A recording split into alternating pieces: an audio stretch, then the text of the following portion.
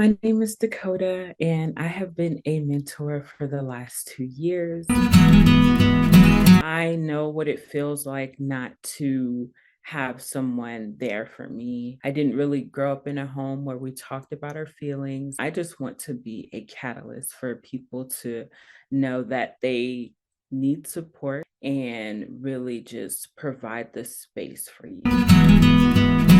When I met my new client, whenever we got on the phone, we just like hit it off. And he just started telling me about his life and the things that he was going through. He felt comfortable with opening up to me and sharing. He was happier and he felt a little lighter. And he also let me know that I didn't really expect to develop the awesome relationships that I built with my clients.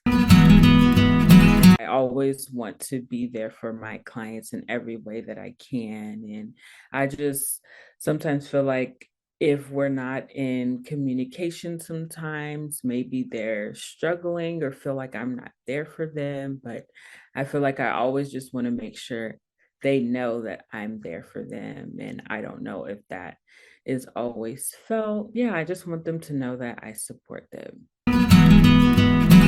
My most favorite thing about being a mentor is seeing my clients shine and just hearing them tell me, like, hey, I really love that song you sent me, or like, I tried the breathing technique we talked about and it helped me during a panic attack. I love seeing my clients win. So that is my most favorite thing about being a mentor. No client will be the exact same. So you want to tailor how you speak to them, the suggestions that you offer to them to that client so they feel like they are being supported to their fullest and that you're being authentic and that you see the things that they're going through and you're focusing on their success and how you can help them get there.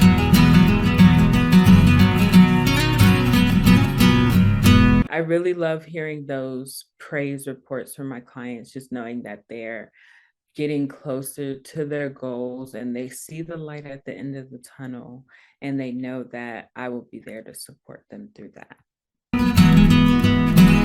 Kind of trying to find the root cause of their anxiety and then pinpointing areas in their life where it's most prominent.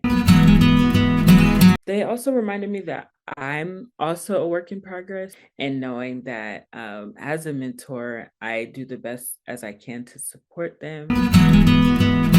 My vision for my clients' future, and as we work together in this mentorship, I help them figure out which coping mechanisms work best for them so that when they are living their life and they get social anxiety or they get depressed, they know what tools will help them in the moment so that they're not stuck and they're forever evolving and just getting better each day.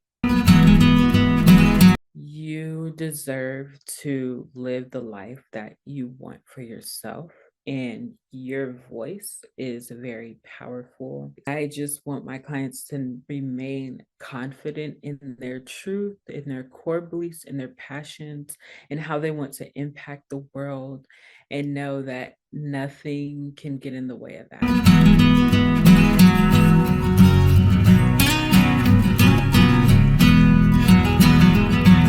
Initially, I wanted to be a plastic surgeon and I wanted to work in reconstructive surgery for cancer patients, specifically breast cancer, but it didn't really align with the personal and intimate relationships that I like having with patients.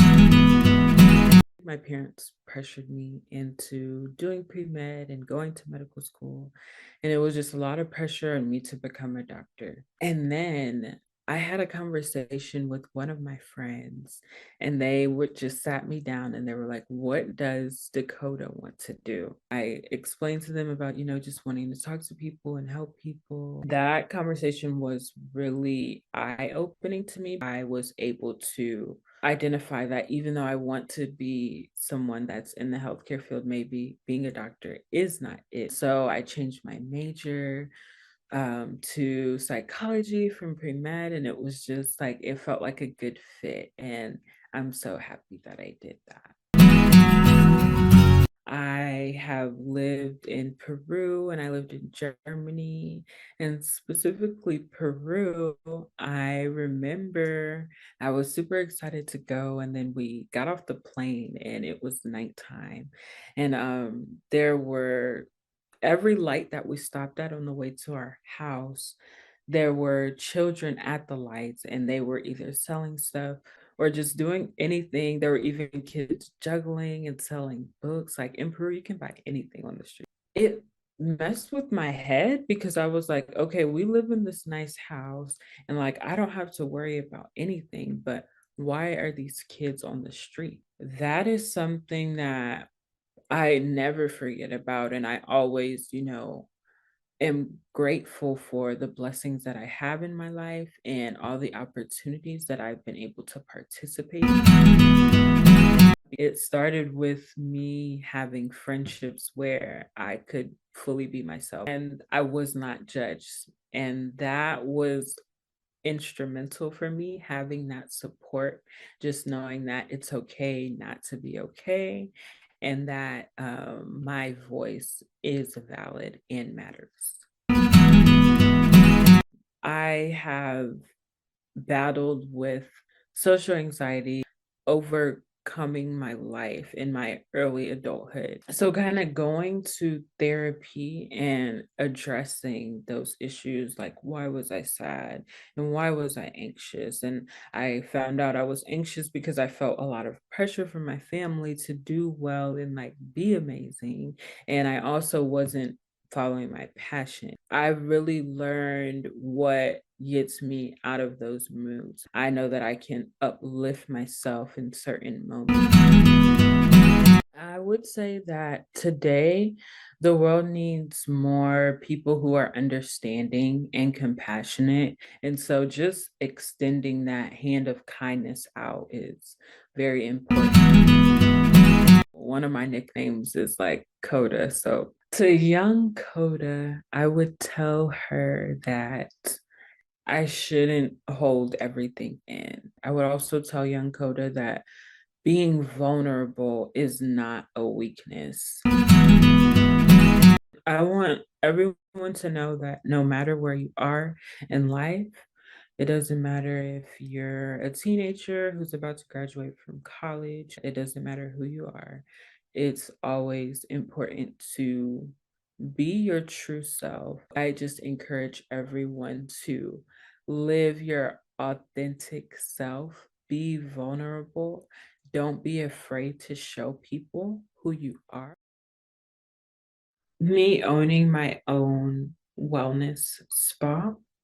I'm also exploring the possibility of becoming a counselor or a nurse to stay in that patient centered field because I love people. I love connecting with people and I really like helping people. With that, I want to have my own practice where we focus on holistic wellness and aligning the mind, body, and soul.